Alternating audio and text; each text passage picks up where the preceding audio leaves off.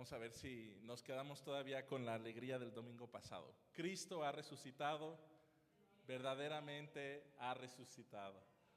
Lo decimos otra vez, Cristo ha resucitado, verdaderamente ha resucitado. La semana pasada celebramos que Jesús ha resucitado y que como una onda expansiva, el poder de la resurrección abarca todo lo que está a su paso, nuestras vidas, desde luego, la vida de nuestras familias, la vida de las sociedades, de las culturas, hasta llegar a la creación misma. Una onda que lejos de perder fuerza va cobrando mayor fuerza cada vez y que en algún momento, en un futuro, espero no muy lejano, podamos ver realizada toda la obra de redención del Señor a favor de su creación. Y creyendo que el poder de la resurrección está desatado y activo en nuestras vidas, la semana pasada también iniciamos a reflexionar sobre qué significa que vivamos nosotros en este tiempo de la resurrección. Pensaba en la semana que a veces es muy fácil para nosotros olvidarnos que la resurrección ha ocurrido, porque nosotros ahora nunca vivimos un momento en el cual la resurrección no hubiera ocurrido. Nosotros nacimos y crecimos ya en la época que Dios inició su obra de restauración por medio de Jesucristo, y a veces podemos pasar por alto que estamos en una época de la resurrección. Así que reflexionaremos, como decía la semana pasada, en varios pasajes que nos ayudarán a entender no tanto qué significa la resurrección, aunque seguramente aprenderemos algo de eso, pero sí qué significa para nosotros en nuestra fe y en nuestra vida diaria. En esta ocasión estaremos reflexionando en este pasaje que hemos leído de Juan 20, de los versículos 19 hasta el 31, en algunas cosas, unas 4 ideas generales. La primera de ellas la encontramos en el versículo 19, donde dice que llegó la noche de aquel mismo día, el primero de la semana. El apóstol o el escritor del Evangelio de Juan nos está recordando en qué día nos encontramos. Nos reitera que es ese mismo día, el primer día de la semana. Jesucristo resucitó el primer día de la semana. Y después, en el versículo 26, nos dice que Jesús se apareció a sus discípulos 8 días después, es decir, el siguiente primer día de la siguiente semana. Nosotros lo diríamos de manera más clara, el domingo, ¿verdad? Jesús resucitó un domingo, se apareció a sus discípulos ese mismo domingo en la noche, y después el siguiente domingo se apareció a sus demás discípulos, pero ya estando Tomás ahí.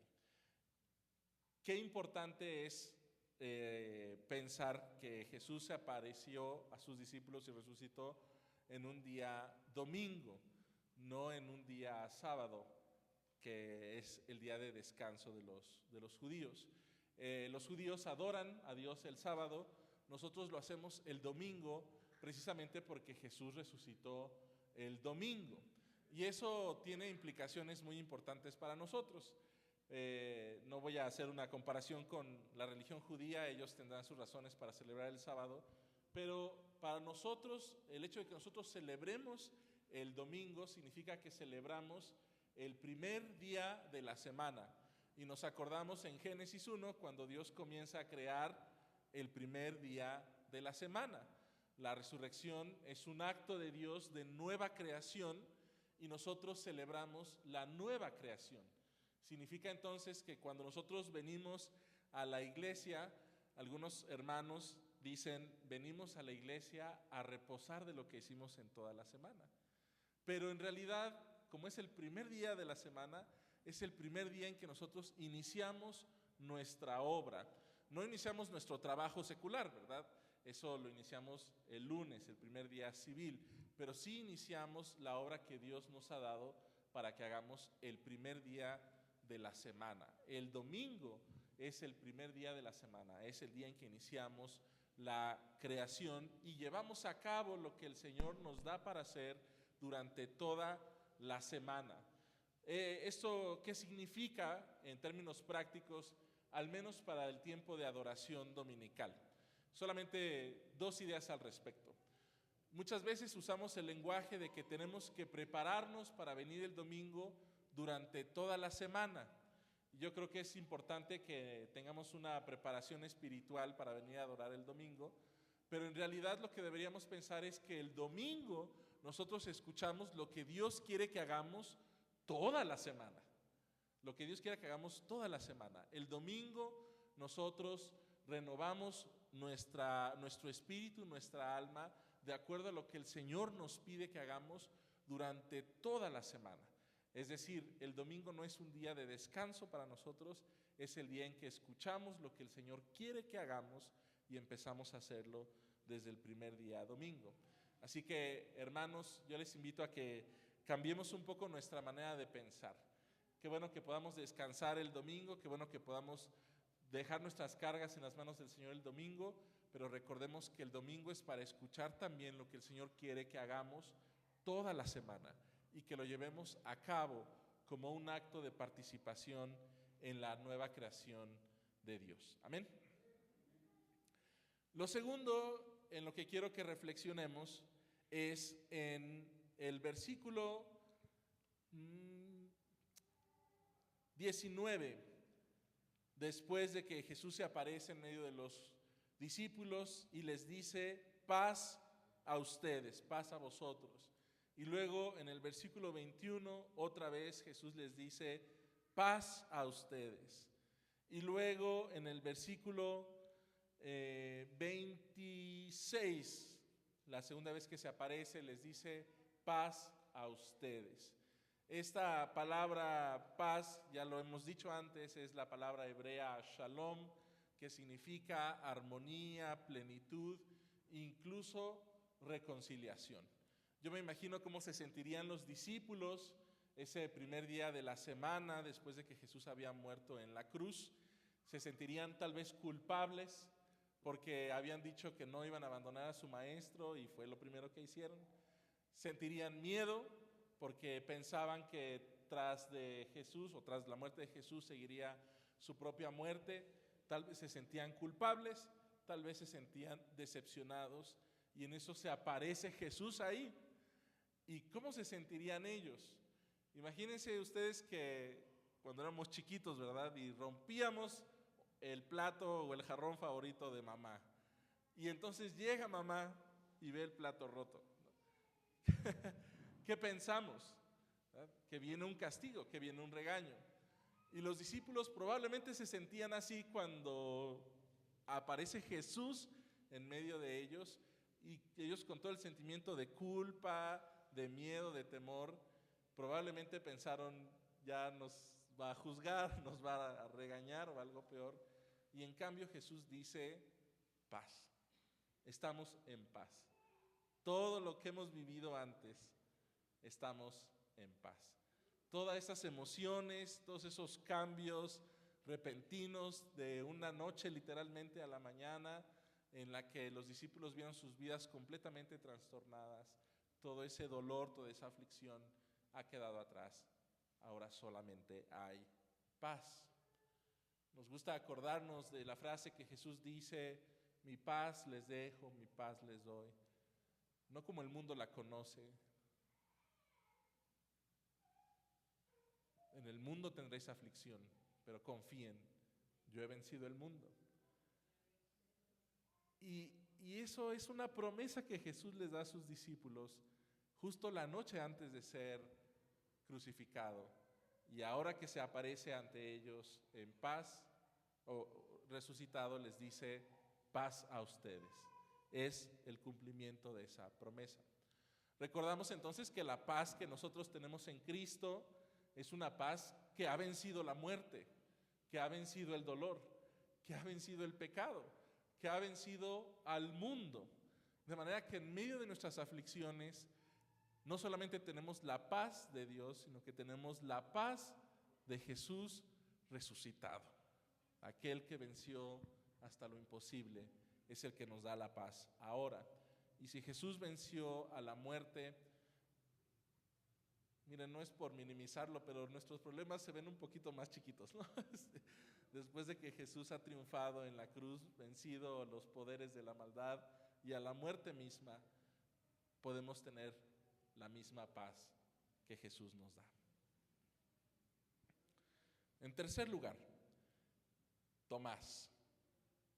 Tomás es uno de los personajes más increíbles de la Biblia y del Evangelio de Juan.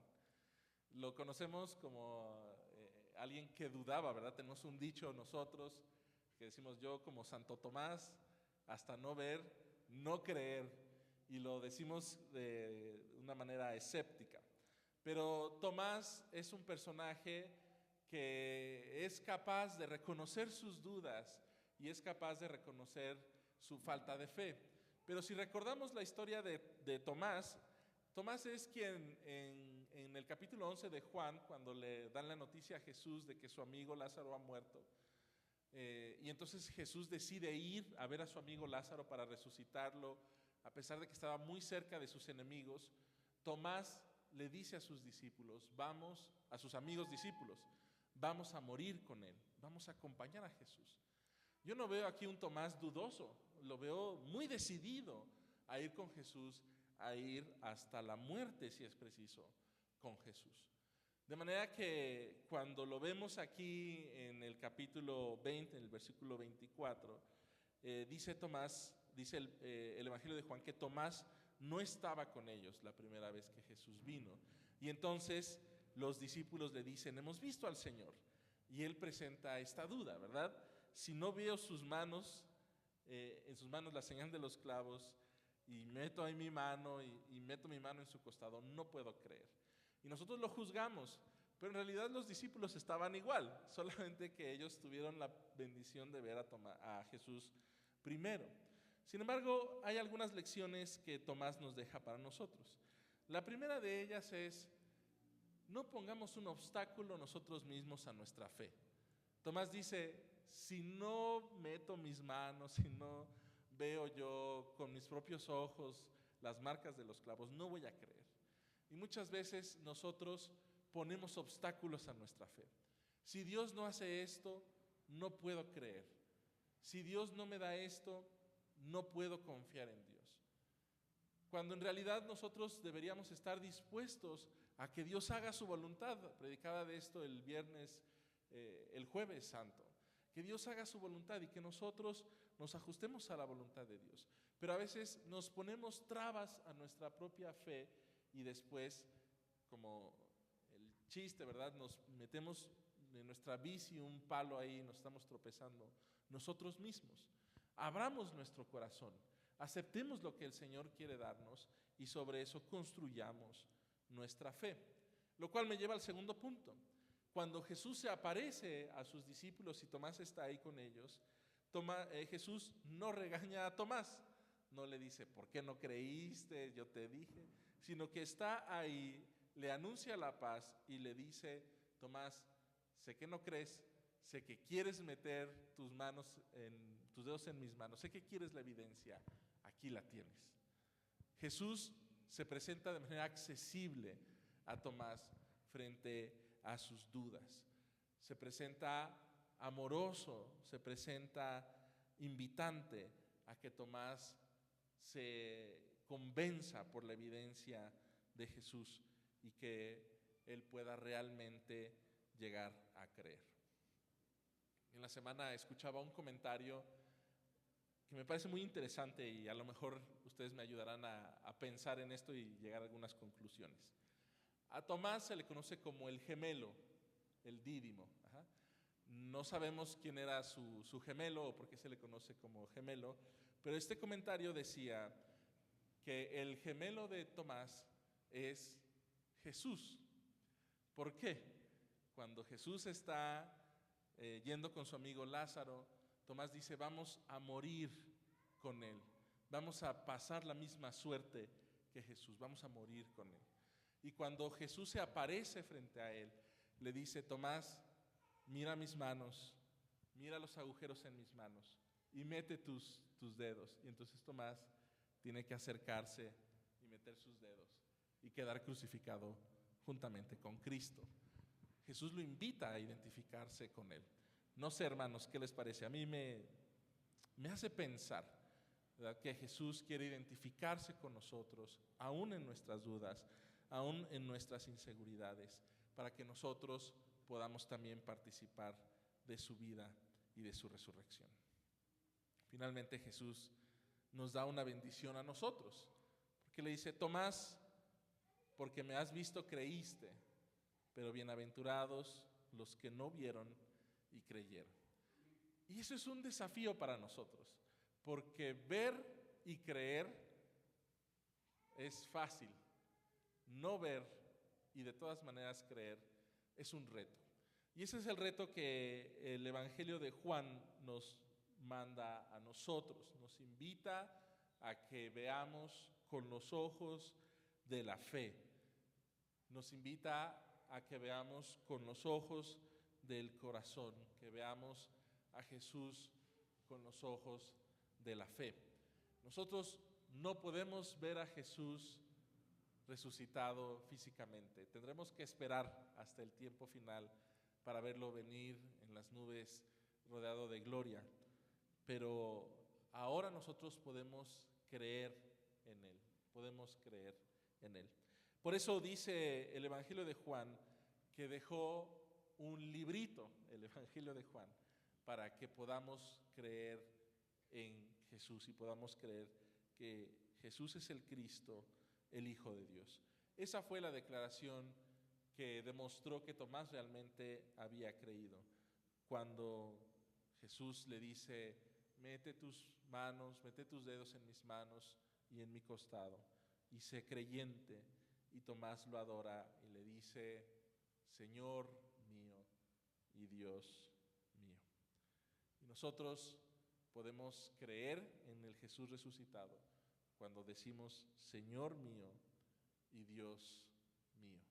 Cuando podemos adorarle y decir: Señor mío y Dios mío. No lo vemos, pero Jesús está presente con nosotros. Cuando recordamos su cruz, cuando nos hacemos partícipes de su cruz y de su muerte y de su resurrección, Cristo está con nosotros. Cuando recibimos la paz que Él nos da, Cristo está con nosotros. Y también cuando podemos hacer comunidad con las personas que no creen y decirle: te lo perdiste, pero Jesús está vivo.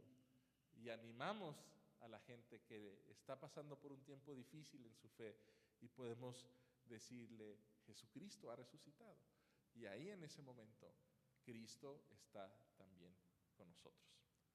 Resumiendo entonces, el Evangelio de Juan en el capítulo 20 nos invita a cambiar nuestra manera de pensar acerca de la adoración. No solamente venimos a reposar, no solamente venimos a descansar, venimos a escuchar lo que Dios quiere que hagamos con nuestras vidas la siguiente semana. El Evangelio de Juan nos invita a experimentar la paz de Cristo resucitado, la paz que ha vencido a la muerte, que ha vencido a las huestes de maldad y al pecado. Es la paz que nosotros podemos disfrutar ahora. El Evangelio de Juan nos invita a no poner trabas a nuestra propia fe, a estar dispuestos a escuchar, a poner atención a lo que el Señor quiere decirnos y entonces permitir que nuestra fe vaya creciendo. Nos invita a identificarnos con Jesús en su muerte, en su resurrección y a confesarlo como nuestro Señor y nuestro Dios.